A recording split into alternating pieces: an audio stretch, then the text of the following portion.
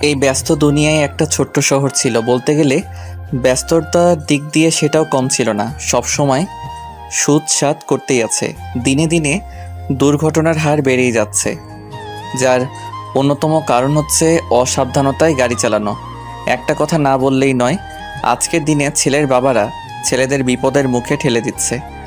পর্যাপ্ত পরিমাণে বয়স না হতেই হাতে তুলে দেয় সেই দামি মোটর সাইকেল। আচ্ছা যাক, ওসব কথা এখন থাক, আমরা সোজাসাপটা গল্পের দিকে যাই।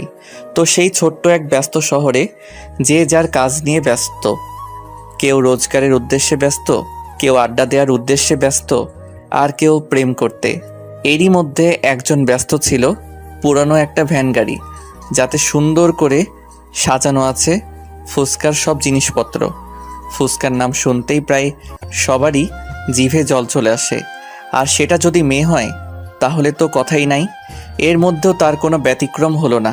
ফুচকার ভ্যান গাড়ি দেখে রাস্তার এক মেয়ের নজর পড়ে গেল, আর ধীরে ধীরে এদিকে আসতে লাগলো। আর হ্যাঁ, সেই ফুচকাওয়ালা ছেলেটার কেউ না, আমি নিজেই। আমার নাম নিলয়।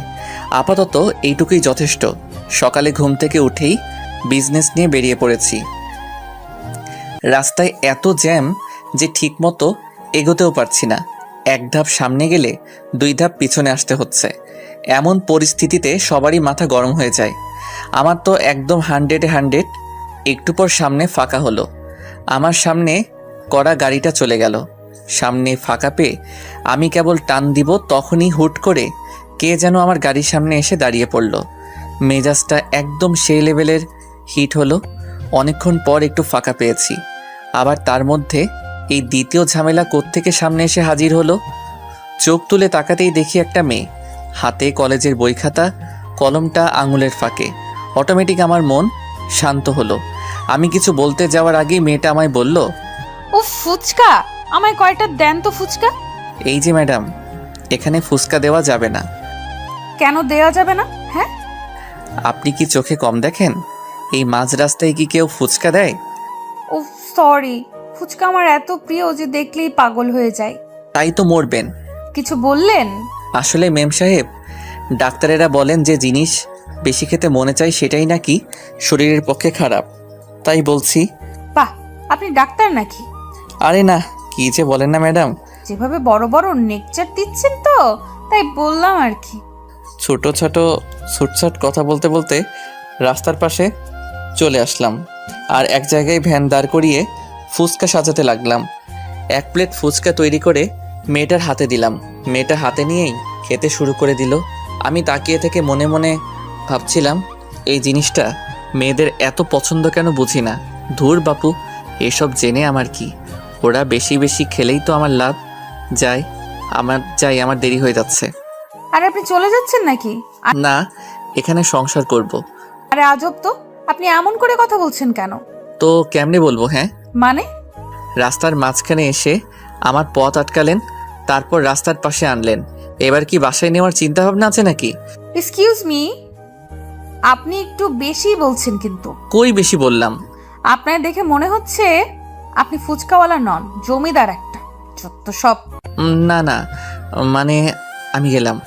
আপনার সাথে কথা বলতে গেলে আমার কলেজের টাইম চলে গেছে। ধুরু। এ কথা বলে মেয়েটা তাড়াহুড়ো করে সামনের দিকে এগোতে লাগলো। আমিও আর দাঁড়িয়ে না থেকে আমার উড়োজাহাজ নিয়ে সামনে এগোতে লাগলাম। মনে মনে ভাবলাম, মেয়েটা দেখতে বেশ সুন্দরী, তবে একটু ঝগড়াটে, কিন্তু খুব ভালো। শরম পেলাম আর মুচকি হেসে আবার কাজে মন দিলাম।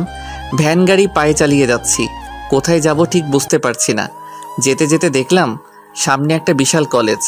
আমি আর সামনে না এগিয়ে কলেজের গেটের সামনে দাঁড়িয়ে পড়লাম।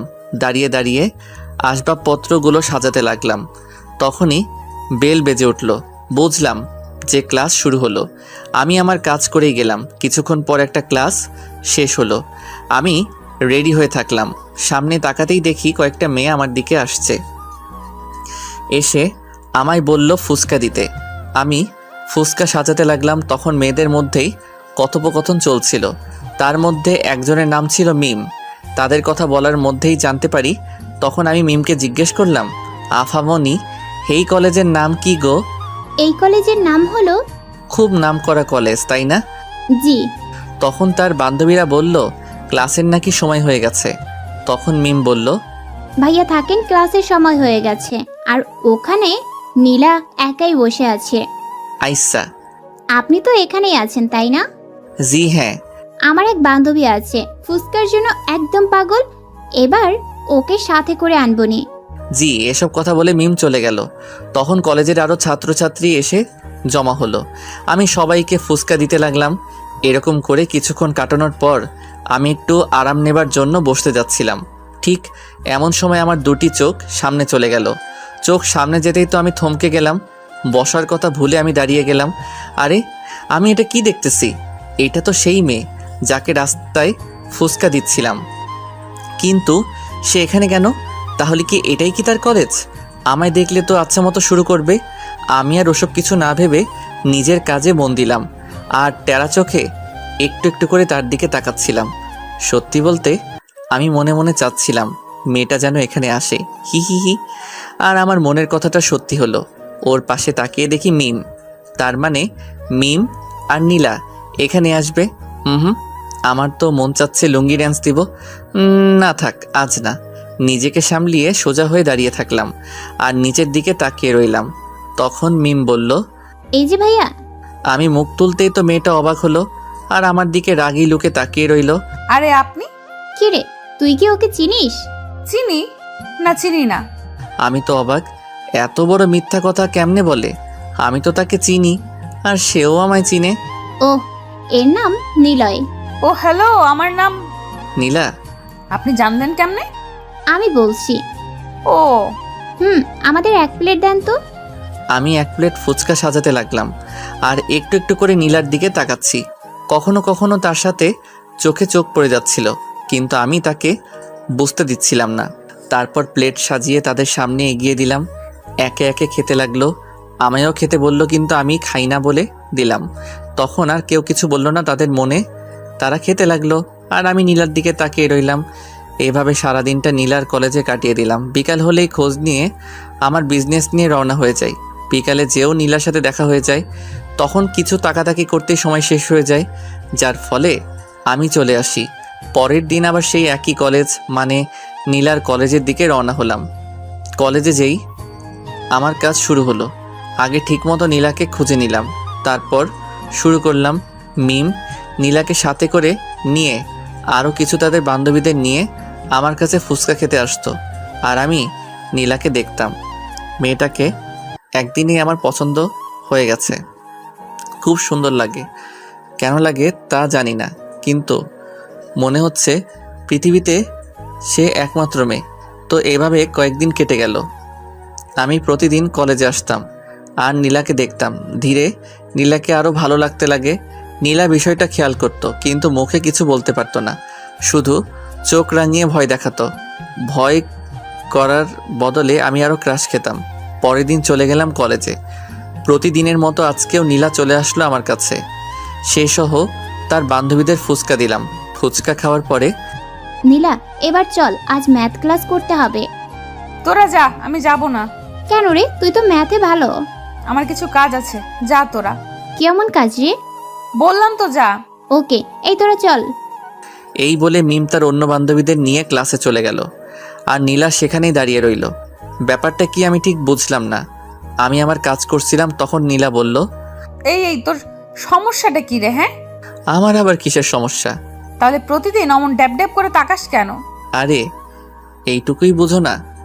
না, বুঝি না। একটা ছেলে একটা মেয়ের দিকে কেন তাকিয়ে থাকে? আরে জানি না। ধুর। এই তুই কি বলতে চাচ্ছিস? পরিষ্কার করে বল তো। বাংলায় বলবো নাকি ইংরেজিতে বলবো নাকি হিন্দিতে বলবো? তোর ইচ্ছে। मुझे ना तुमसे प्यार हो गया। হ্যাঁ। ও, তার মানে তুমিও রাজি? জিঙ্কু নাকুর বউ, বর বউ রাজি তো কেয়া করেগা কাজী। এই, আমি কখন হ্যাঁ বললাম? এই তো এক্ষুনি। দেখ, এসব ফাউল চিন্তা ভাবনা মাথা থেকে বাদ দে। কোনটা ফাউল? আমি তোমায় ভালোবাসি, এটাই সত্যি। দেখ, নিজের লিমিটের মধ্যে থাক, লিমিট ক্রস করিস না। তাই তো করছি। লেখাপড়া লও জানে না, সারাদিন ফুচকা বিক্রি করে খায়, থাকার মতো কোনো জায়গাও আছে কিনা সন্দেহ, আর আইসে আমার সাথে প্রেম করতে। তুমি সত্যি বলেছো, আমি লেখাপড়া জানি না। তো লিমিটের মধ্যেই থাক। কিন্তু আমি একটু একটু ইংরেজি আর হিন্দি পারি। এটা এখানকার ছোট বাচ্চারাও পারে। শোন, রাস্তার ফুচকাওয়ালা হয়ে সাততলার চাঁদে হাত দিতে চাস না। চাঁদ? আজকাল তো সাততলায় চাঁদ দেখা যায় না, দেখা যায় শুধু ময়দা সুন্দরী। কি বললি? না মানে তুমি ছাড়া, তুমি তো আমার আলোর ঘরের আধার। মনে হয় উল্টো বলে ফেলছি। অশিক্ষিত মূর্খ। আমায় মূর্খ বলবেন না। হ্যাঁ, আমি একজন বিশাল বড় টিচার। ওমা, তাই নাকি? তা কোন কলেজে? সব কলেজের। কবে থেকে?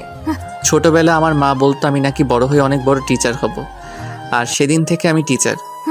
আমি ভাবছিলাম তুই শুধু মূর্খ, কিন্তু এখন দেখছি তুই পাগলও বটে। হ্যাঁ তো, লায়লার জন্য মজনু পাগল, আর তোমার জন্য আমি পাগল। যত তাড়াতাড়ি পারিস পাবনার টিকিট কাটিস, নয়তো।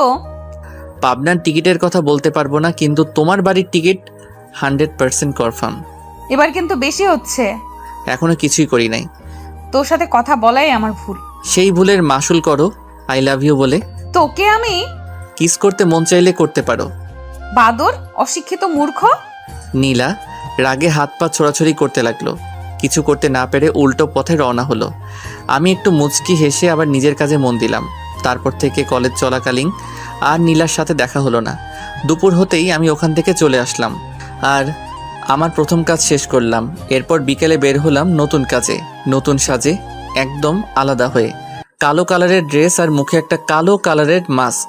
চলে আসলাম একটা স্টেশনে, আর একটা দোকান থেকে গাড়ি ভাড়া হিসাবে নিলাম আর বেরিয়ে পড়লাম। গাড়ি নিয়ে সোজা চলে আসলাম রেল লাইনে, আর আমার প্রধান অতিথির জন্য অপেক্ষা করতে লাগলাম। অতিথির নাম হলো শফিক চৌধুরী, এলাকার বিশিষ্ট বিজনেসম্যানের তালিকায় থাকা একজন। টাকা পয়সার কোনো অভাব নেই তার, কিন্তু তবুও সে ট্রেনে করে যাতায়াত করে। কেন করে জানি না, গাড়ির সাথে হেলান দিয়ে দাঁড়িয়ে আছে। তখনই দেখলাম সামনে শফিক চৌধুরী ট্রেন থেকে নামতেছে। আমি চোখ থেকে চশমাটা খুলেই দৌড় দিলাম।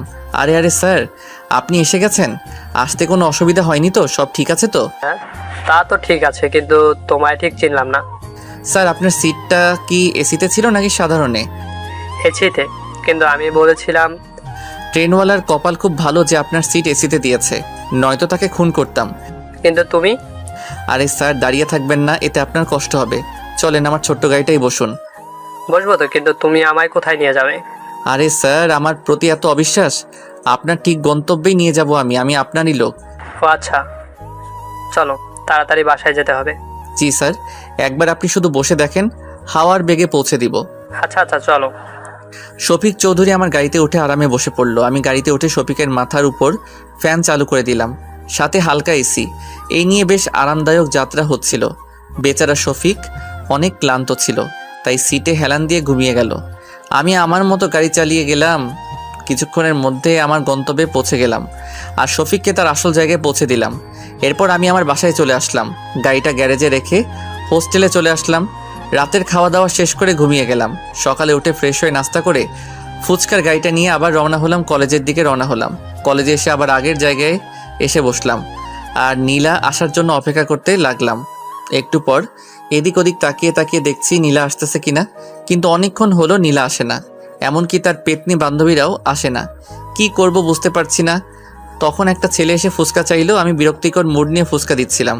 এমন সময় পিছনে তাকিয়ে দেখি নীলা আর তার সব বান্ধবীরা আসতেছে। আমার মনের মধ্যে তো লাড্ডু ফুটতে লাগলো। মুচকি এসে নিজের কাজে মন দিলাম। নীলা আমার দিকে তাকানো তো দূরের কথা, আমার কাছ দিয়েও আসলো না। আমি মনে মনে বললাম, যতই তুমি পালিয়ে পালিয়ে থাকো না কেন, একদিন আমার কাছে ঠিকই আসতে হবে। এরপর আমি আর কিছু বললাম না। নীলা সোজা ক্লাসে চলে গেল। আমি মন খারাপ করে নিচের দিকে তাকালাম। কিছুক্ষণ পর নীলা ক্লাস শেষ করে বেরিয়ে আসলো, আর তাকে দেখার সাথে সাথে তো আমার মন খুশি হয়ে গেল। কিন্তু নীলা আমার দিকে না এসে পাশ কাটিয়ে চলে যাচ্ছিল। তখন আমার মাথায় একটা বদ বুদ্ধি বেরিয়ে এলো। ব্যাস, ভাবতে দেরি করতে দেরি নট। আজকের টক কিন্তু সেই হইছে, তাই না? আমার সামনে কয়েকটা মেয়ে ফুচকা খাচ্ছিল। আমার কথা শুনে তারা মাথা তুলে মুখে হ্যাঁ জবাব দিল। ব্যাস, আমার কাজ হয়ে গেল। এবার মিমের কাজ। নীলা, না মিম, আজ ওদিকে যাবি না। শোন না, আজকে টক নাকি হেভি হয়েছে, চল না।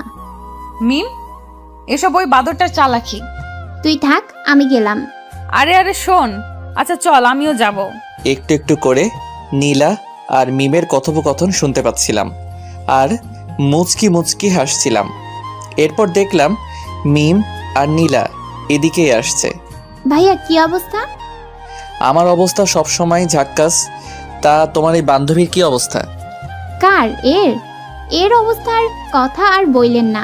কি বলো? আমার ম্যাডামের কি হলো? মনে হয় কেউ স্যাকা দিচ্ছে। মিম, তুই চুপ করবি? তা ম্যাডাম, আজকে উল্টা পথে হাঁটছিলেন কেন? আপনাকে বলতে হবে নাকি? কিরে নীলা, কালকে তো নিলয় ভাইয়ের সাথে খুব সুন্দর কথা বলছিলি, কিন্তু আজ আবার কি হলো? কারণ আছে তাই। কি কারণ? আরে মিম, তোমার বান্ধবীকে কালকে প্রপোজ করছি, তাই এখনো টেনশনে আছে। ও মা, তাই নাকি? নীলা ট্রিট দে।